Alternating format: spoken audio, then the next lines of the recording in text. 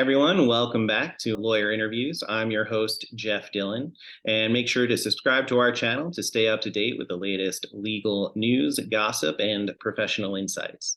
So today we're going to continue our coverage of the Andrew Tate case, and with us again, we have Christon Halkiotis. Christon, hi, welcome. Thanks so much for having me again. I feel like there's always more to talk about with this case. It is the gift that keeps on giving, and it's a pleasure to have you, so thank you.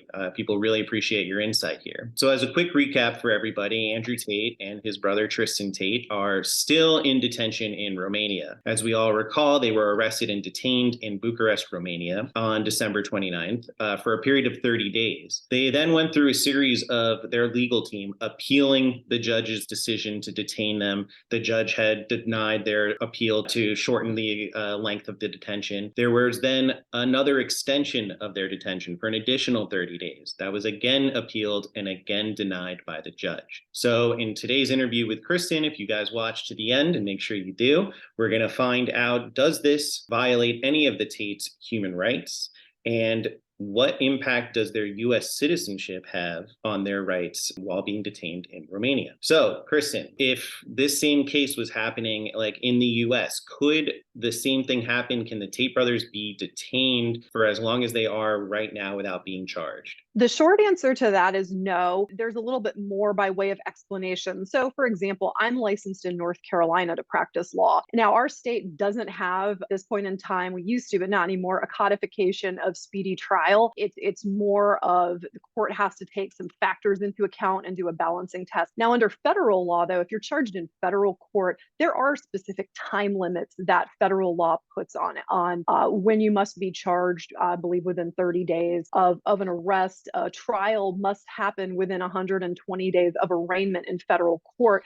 So there are much more specific timelines if you find yourself facing federal charges. They can't just keep holding you indefinitely with no actual charges on the horizon. So those are protections that we have here in the United States that obviously, other sovereign nations with their own legal systems might not have. So the Tate brothers, they've supposedly been under investigation by Romanian authorities since April of last year. And now they're claiming, and by them, I mean the Romanian government and prosecutors, they're claiming that they need more time to gather more evidence. So is this a human rights violation, or could this just be a slow and inefficient legal system? I think at this point, I think it could be just a slow and inefficient legal system. I think, is it bad practice? Certainly. I was a prosecutor for a long time, and I'm sort of shocked that anybody would want to embark on such a high profile prosecution at a time where you don't have all your ducks in a row, you don't have all the evidence back that's necessary, you're not ready to make a charging decision, and you're not ready to move forward. I think it's bad practice. I think it looks bad. It looks slipshod and sloppy. It certainly gives defense some things to work with that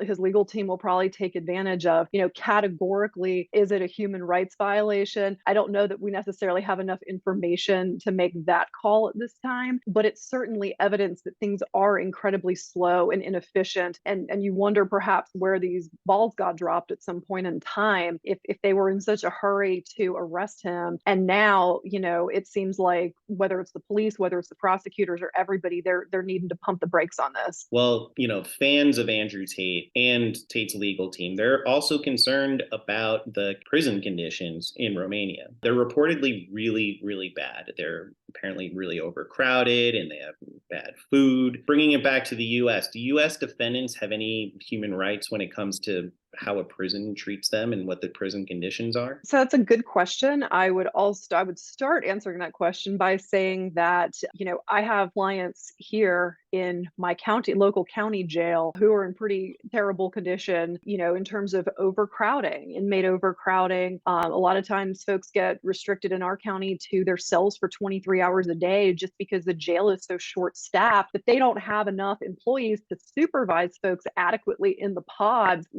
and so they keep them for their safety and for everybody's safety. That's what they say in their cells. And so, and that's not rising to the level of, human rights violations situations that we can do something about to get folks out of jail.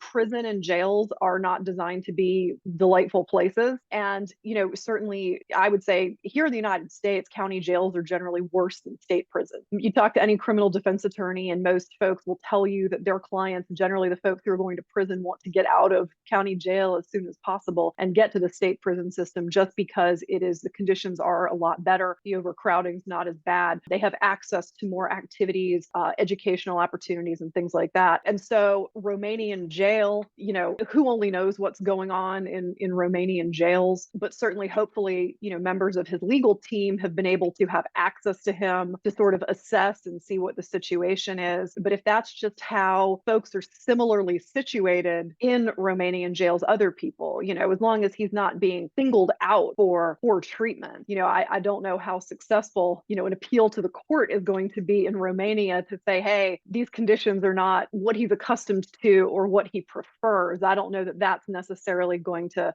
move things in the direction he might wish they would. What about the fact that apparently he has limited access to his legal team and lawyers? What kind of violation would that be, either there or here in the U.S.? So, of course, here in the United States, the Sixth Amendment right to counsel, guarantees meaningful access to your lawyer. So, which is why defense attorneys were allowed to go visit our clients, in the jail whenever we need to. Generally going to state prisons, there's more hoops to jump through, meaning, reservations might have to be made in advance or appointments for a meeting. But that kind of access can't be denied to a person who's being held in custody. And certainly that is concerning for anybody who's being held anywhere. If they're being denied access to their legal team, that's something that's very troubling. And that's something that will likely rise to a higher level in a quicker fashion than potentially conditions within a prison. The Tates are U.S. citizens. Mm-hmm. So is it possible that the U.S. could help them? And is there any way that the U.S. could rescue them and make it some kind of exchange for them? People will remember a recent news mentioning of Brittany Griner and that situation of bringing in someone who is being detained abroad. Could that happen for them? Sure. So, that is sort of different because I think in a situation like Brittany Griner, certainly we're going from a legal channel to a diplomatic channel. And it was things in that case were negotiated on a diplomatic level, because certainly in Brittany Griner's case, the Russian legal system had already played out, right? She had already had her, for whatever kind of sham it was, she had had a trial and she already had been sentenced. And it was after that sentence was imposed that then diplomatic channels were opened up, and between the two sovereign nations of the United States and Russia, and the exchange was worked out. So I think before anything could happen that way, I think, the legal system's going to have to play out first. And then we'll see, all diplomacy is discretionary. Mm-hmm. It's an election year, and, a government doesn't necessarily have to intervene, and this is, and of course, in terms of the legal system and someone's legal right to counsel and to representation and to access, certainly is not dependent and should never be dependent on what sorts of things they're accused of, or whether they're a firebrand in the media, or whether they're a polarizing figure. But I could certainly see some of those things potentially influencing whether or not diplomacy efforts are going to be undertaken. It's going to be an election year, and it's something that certainly I think the government would have to take into account. The administration in power would have to take into account. And timing will be interesting too, to see when the legal process is finished for them in Romania. But it's a great question. Wrapping things up, I mean, people can make this conclusion already, but would the Tates be faring better if they were in the same situation in the United States? I would think definitely. Certainly there's probably going to be more coverage in the media because it would be here in the United States and you're not getting having to get press from a foreign country. But, certainly they wouldn't be able to be held indefinitely like this without knowing what they're charged with, so that their legal team could start working on putting together their defense, that they would have access to, that they would have all the constitutional rights and protections that we have as American citizens if we're charged on American soil. Because even if we're American citizens, if we travel to a sovereign nation and break laws, and I know they're just alleged to have broken laws, and we don't even know what laws they're alleged to have broken because they haven't been charged with. Mm-hmm. But being in a sovereign foreign nation, sometimes it's awareness of what that foreign nation's legal system is like is important if you're going to be living or doing business in a sovereign foreign nation to ensure that if worst case scenario happens, you're not getting caught up in a legal system that's wildly different than the United States. Thank you again, Christon. An excellent interview. Everyone, make sure you like and subscribe and comment below what you think the U.S. is going to do or may not do for Andrew Tate, and stay tuned.